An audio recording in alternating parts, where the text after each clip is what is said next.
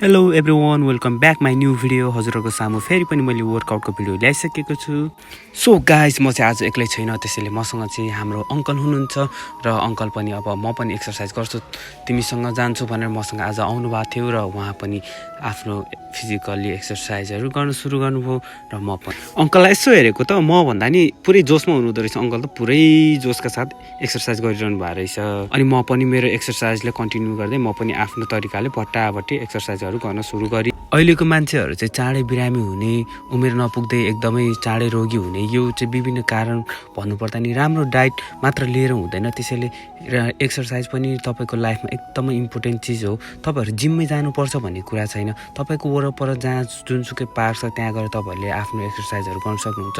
अथवा तपाईँ पार्क पनि छैन भने तपाईँ आफ्नै होममा आफ्नै रुममा होम वर्कआउट पनि गरेर आफूलाई एकदमै फिजिकल्ली एक्टिभिटिज गरेर एकदमै आफूलाई एक्टिभ राख्न सक्नुहुन्छ।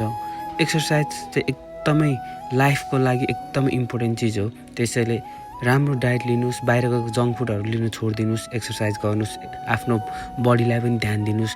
हामी दुनियाँमा हजारौँ हुन्छ नि अरूलाई खुसी राख्नुको लागि पछाडि लागि परिरहेको हुन्छ, तर आफ्नो बडी कन्डिसन के कस्तो छ आफूलाई थाहा हुँदैन। हामी बजारमा हरेक चिजहरू मिठो मिठो पाइन्छ र सबै कुराहरू खाने गर्छौँ, तर आफ्नो बडीलाई त्यो चिजले चाहिँ कत्तिको हानि नोक्सानी गर्छ हामी यति पनि ख्याल गर्दैनौँ। त्यसैले सो गाइस म चाहिँ के रिकमेन्ड गर्छु भने हाम्रा भाइ बहिनी र मेरो जेनेरेसनको साथीहरू र सबैलाई, हुन त म कुनै प्रोफेसनल ट्रेनर पनि होइन, म केही पनि होइन, तर मलाई यो लाग्छ कि जीवनमा हाम्रो हेल्थ नै सबैभन्दा महत्त्वपूर्ण कुरा हो। त्यसैले जिममै जानुपर्छ भन्ने छैन, सबैसँग पैसा हुन्छ भन्ने छैन। त्यसैले आफूलाई जहाँसम्म पोसिबल छ, जहाँसम्म जे गर्न सकिन्छ त्यहाँसम्म आफूले गर्नु चाहिँ पर्छ है गाइस।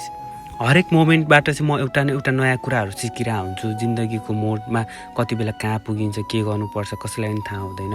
सिचुएसनको हिसाबमा चल्नुपर्ने अवस्था आउँछ कहिलेकाहीँ। त्यसैले सो गाइज त्यसैले म चाहिँ त्यही भन्छु, अरूभन्दा राम्रो होइन कि हिजोभन्दा आज राम्रो गर्नु छ भन्ने हिसाबले हिँड्छु म चाहिँ। त्यही हो, कसैसँग मेरो कम्पेरिजन नै छैन, कसैलाई मलाई कोही भन्दा काहीँ माथि पुग्नु नै छैन मलाई।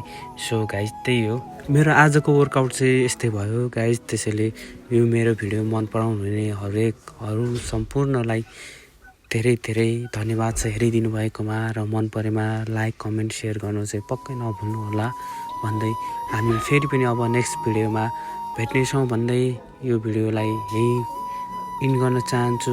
Okay, by by.